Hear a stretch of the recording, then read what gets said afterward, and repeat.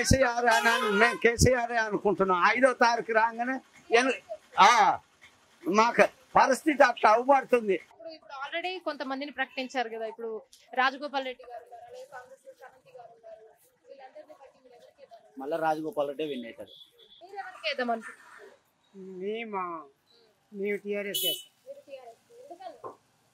మాకు పింఛన్ ఇస్తుండు, 50 ఏళ్ళకి గీత కార్మికులం, మాకు పింఛన్ ఇస్తుండు.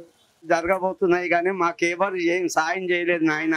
మాకు కాంగ్రెస్ పార్టీ అని ఏమి చేయలేదు, బీజేపీ పార్టీ అని మాకేం చేయలేదు. ఇండ్లు కూలిపోయినా శిఖరం అయినా ఏ వాడకట్టుకు ఆ వాడకట్టు అట్నే ఉన్నది. మాకు ఏమున్నా బియ్యం ఒకటి అది కేసీఆర్ ఇచ్చిన 2000 రూపాయలతోటి అదైనా వెనకకు చేస్తుంది. ఏ నెల ఆ నెల 5వ తారీఖు రాగానే మాకు ఇస్తే జీవనోపాధి కాళ్ళ నొప్పులు ఉండి మాకు చాలా బాధపడుతున్నాము. ఎప్పటి నుంచో కాంగ్రెస్ పార్టీ ఎంతో చరిత్ర ఉన్న పార్టీ ఉంది. అంటే ఎన్ని ఎలక్షన్స్ జరిగినా కాంగ్రెస్ పార్టీ ఎక్కడ సీట్లు దక్కించుకోలేకపోయింది. ఇప్పుడు ఈ ఎలక్షన్ లో కాంగ్రెస్ పార్టీ వస్తుంది. కాంగ్రెస్ పక్కా వస్తుంది అనుకోవడం అనుకోవద్దు. ఎందుకంటే హుజూరాబాద్ చూసుకుంటే ఇంతకుముందు 60,000 ఓటు బ్యాంక్ ఉంటే 3,000కి పడిపోయింది. మిరాకిల్ అనేది ఎక్కడైనా జరుగుతుంది, ఇక్కడ కూడా జరగచ్చు. ఏ పార్టీ అంటే చెప్తే ఏ పార్టీ కన్నా వేస్తారు. ఎవరికి టీఆర్ఎస్ లో ఇప్పుడు కేసీఆర్ గారు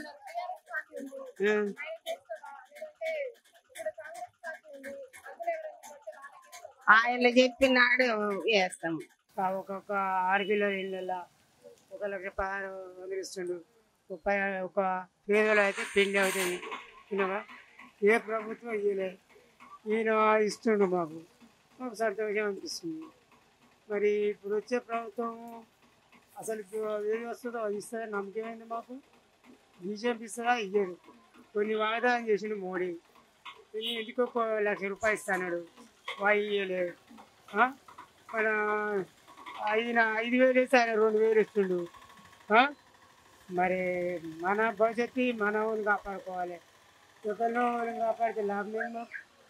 టీఆర్ఎస్ కి వేస్తా అంటున్నారు. ఇంతకు ముందు ఉన్నారు ఆయన. ఇంతకు ముందు ఎట్లా ఉంది, ఇప్పుడు వస్తే ఇంకా ఎట్లా చేస్తారు? ఇంత ముందు అంటే అధికార పార్టీ ఆయన లేదు కాబట్టి, రాజగోపాల్ రెడ్డిది లేదు కాబట్టి, టీఆర్ఎస్ పార్టీ ఉంది కాబట్టి రాజగోపాల్ రెడ్డి ఏం చేయలేదు. కానీ రాజీనామా చేయటం వలన మా మునుగోడు జర ఢిల్లీ దాకా చేరిపోయింది, పబ్లిసిటీ బాగా అయింది. మునుగోడు గురించి ఏడ చూడు, ఏ జిల్లా ఏ రాష్ట్రం చూడు, మునుగోడు గురించి తెలుస్తుంది. కాంగ్రెస్ పార్టీ ఇట్లా ఉంది కదా, కాంగ్రెస్ పార్టీ ఇంత మునుపు ఎన్నేళ్ళ నుంచి ఉంది. అది ఏమంతా అభివృద్ధి చేసినట్టు అనిపించలే. దానికి చేసినా కానీ వేస్ట్ అంతే. ఇంతకుముందు అంటే రాజగోపాల్ రెడ్డి గారు తెలుసా మీకు? ఇంతకు ముందు ఇట్లా కనిపించే వాళ్ళ ఏంది అటుమంతా ఎమ్మెల్సీగా చేసిండు, ఎంపీగా చేసిండు. మునుగోడు మా తల్లి అని చెప్పుకొని కొడుకులు సంపాదించుకొని పోతురు. కానీ రాజకీయ నాయకులు మునుగోడు అభివృద్ధి ఎవరు చేస్తలేరు. ఈయన అప్పుడు గెలిచి ఏం చేయలేదు, ఇప్పుడు గెలిచి చేయలేదు. ఆయన గల్లీ తిరిగాను. ఎంత పేదవాళ్ళు ఉన్నారు, ఇండ్లు లేక, నీళ్ళు గురించి సీసీ రోడ్ లేక, వాళ్ళ సొంత ఊళ్ళేనో 10 ఇండ్లు ఉంటే సీసీ రోడ్డు, ఆయన ఆడిపోతే సీసీ రోడ్డు. మాకెందుకు ఉండకూడదు? మేము ఓటు వేయలేదా? ఆయన గెలవలేదా? మా పేదవాళ్ళని ఎప్పటి చూసి ఉండని ఆయన ఓటు వేయాలి, వేసినాం గెలిపించినాం, చేయలేడు. ఇప్పుడు మేము మా ఇష్టం ఉన్న వాళ్ళకి వేస్తాం అంతే. చేసింది ఇంటికి వచ్చి కూడా ఏమి ఈ పరిస్థితి ఇల్లుంది స్వామి అన్నా కూడా ఏమి లేదు. ఇప్పుడు మేము నేత కార్మికులం 60 ఏండ్లు 70 ఏండ్లు వచ్చినా కూడా మాకు సాకిరి ఏమి ఫలితం లేకుండా అయిపోయింది. 80 ఏండ్లు ఉన్నోనికి 75 ఏండ్లు ఉన్నోనికి మీకు 5 లక్షలు వస్తున్నాయి, 5 లక్షలు వస్తున్నాయంటే ఏమైనా కేసీఆర్ గారైనా సబ్సిడీ నూలు ఇస్తుండు.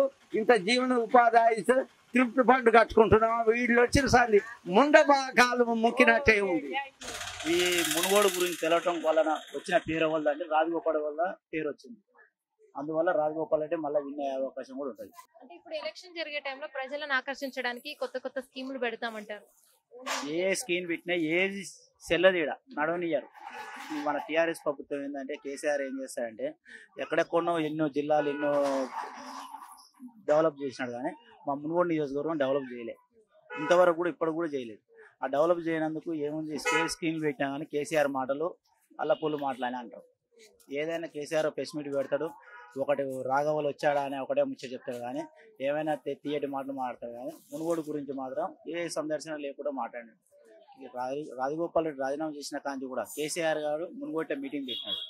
మునుగోడు నియోజకవర్గం గురించి ఏది మాట్లాడలేదు.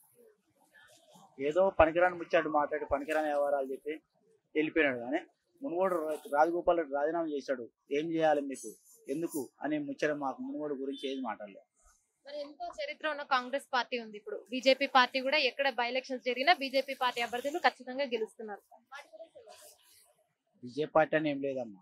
రాజగోపాల్ రెడ్డి ఏంటంటే వ్యక్తిగతంగా ప్రతి ఒక్కరికి సాయం చేస్తారనే గుణంతోనే ప్రతి ఒక్కరు రాజగోపాల్ రెడ్డికి ఓటేస్తారు. కానీ బీజేపీ పార్టీ కాంగ్రెస్ పార్టీ అని ఏం లేదు. మేము పుట్టిందే ఇక్కడ మాది మునుగోడు ఇప్పటి గ్రామం, మునుగోడు మండలం. ఇప్పుడు ఈ ఉప ఎన్నిక జరుగుతుందంటారా లేదంటారా? జరిగితే ఏ పార్టీకి ఓటేస్తారు? జరిగితే ఏ పార్టీకి అంటే మంచి ఏ పార్టీకైనా ప్రజలందరూ ఇక్కడ మన మునుగోడుని ఎవరైతే డెవలప్ చేస్తారో ఆ పార్టీకి వేస్తారు ప్రజలు. మేము కూడా అట్లా ఆలోచిస్తున్నాం. ఆయన రాజారెడ్డి గారు, రాజగోపాల్ రెడ్డి గారు, ఆయన గురించి అనేది ఆయన ఒక విధంగా చూస్తే చాలా కొంచెం బెటర్ గానే రాజీనామా చేసిండు. ఆయన చేసినందుకు కూడా కొంచెం మునుగోడు డెవలప్ అనేది అవుతుంది. చూస్తే ఆలోచించాల్సింది, ఆయన కూడా వేస్తే వేయొచ్చు ప్రజలు. అంటే ఆయన రాజీనామా చేసినందుకు ఇప్పుడు మళ్ళీ ఎలక్షన్ జరగబోతుంది. చాలా మంది పార్టీలు ఇక్కడ ఎలక్షన్ మీటింగ్ పెట్టడం ఇవన్నీ జరుగుతున్నాయి. చాలా పార్టీ వాళ్ళు వస్తున్నారు. అంటే ఇంకా కొత్త స్కీమ్లు పెడతామని చెప్పి ఏ స్కీమ్ పెట్టినా కానీ ఇప్పుడు ఒక్కొక్క సర్పంచ్ని, ఒక్కొక్క వార్డు మెంబర్, ఒక్కొక్క ఎంపీటీసీని టీఆర్ఎస్ ప్రభుత్వం కొనుక్కోబోతుంది. ఆ కొనే వ్యక్తులని ఊరికి ఏమైనా సేవ చేద్దాం, ఊరికి ఏమైనా పెడదాం అనే ఆలోచన లేదు. ఏమైనా మనసులో కొనుక్కునేది ఒకటే ఉంది. కానీ అధికార పార్టీ కాబట్టి వాళ్ళు కొనుక్కున్నా కానీ ఏమీ జరగదు. మునుగోట్ల జరగబోయే ఎన్నికల్లో ఏ పార్టీకి ఓటు? పార్టీకి అయితే వేయాలనుకోవట్లేదు, క్యాండిడేట్ ని బట్టి వేద్దాం అనుకునే ఆలోచన ఉంది. రాజగోపాల్ రెడ్డి గారి అంటే అనుభవం ఉన్న వాళ్ళు ఇంతకు ముందు చేశారు. ఆయన గురించి మీకు ఏం? ఇప్పుడు ఆయన గురించి ఏం తెలుసు, ఈయన గురించి ఏం తెలుసు అని కాదు, మన నియోజకవర్గంలో ఏం జరుగుతున్నది తెలుసుకోవాలి కదా. హుజూరాబాద్ చూసుకుంటే ఇంతకుముందు 60,000 ఓట్ బ్యాంకింగ్ ఉంది. ఈటల రాజేందర్ గారి మీద 3,000 ఓట్లు పడ్డాయి. డిపాజిట్ కూడా రాలేదు. అదే రిపీట్ అవుతుండొచ్చు. టిఆర్ఎస్ లో ఈటల రాజేందర్ గారు బీజేపీకి వెళ్లి అక్కడి నుంచి పోటీ చేయడం జరిగింది. ఇప్పుడు గోపాల్ రెడ్డి గారు కూడా ఇక్కడి నుంచి మళ్ళీ ఇందులోకి వెళ్లి అంటే ఎన్నికల్లో నిలబడడం జరుగుతుంది. అంటే టిఆర్ఎస్ పార్టీలో ఇలా అందరు వలసలు వెళ్లి మళ్ళీ పోటీ చేయడం. వలసలు అంటే ఎవరు స్వార్థాల కోసం వాళ్ళు వెళ్తున్నారు కదా. అది ఈయన కూడా ఆయన స్వార్థం కోసం వెళ్ళిననేది ప్రజల్లో టాక్ ఎక్కువ ఉన్నది. రాజగోపాల్ రెడ్డి గారు మళ్ళీ గెలుస్తారనే చెప్పలేమండి మేడం, అది ఎవరనేది చెప్పలేము. పార్టీని బట్టి ఓటేద్దాం అనుకుంటున్నారా లేదా అందులో నిలబడే అభ్యర్థిని బట్టి? క్యాండిడేట్ బట్టి. పార్టీ పరంగా చూడండి. పార్టీ చూడలేము, ఎక్కడ చూసినా అంత లంగలే ఉన్నారు. క్యాండిడేట్ చూసేసుకోవాల్సిందే. హాయ్ ఫ్రెండ్స్, మా టుడే టుమారో యూట్యూబ్ ఛానల్ చూస్తున్నందుకు చాలా థ్యాంక్స్. మరిన్ని లేటెస్ట్ వీడియోస్ కోసం వెంటనే సబ్స్క్రైబ్ చేయండి. అలాగే ఈ బెల్ ని కూడా రింగ్ చేసేయండి. మా నోటిఫికేషన్స్ అన్ని మీ మొబైల్లో వస్తాయి. అలాగే మా వీడియోస్ మీకు నచ్చితే లైక్ చేయండి, షేర్ చేయండి, నచ్చకపోతే కామెంట్ చేయండి.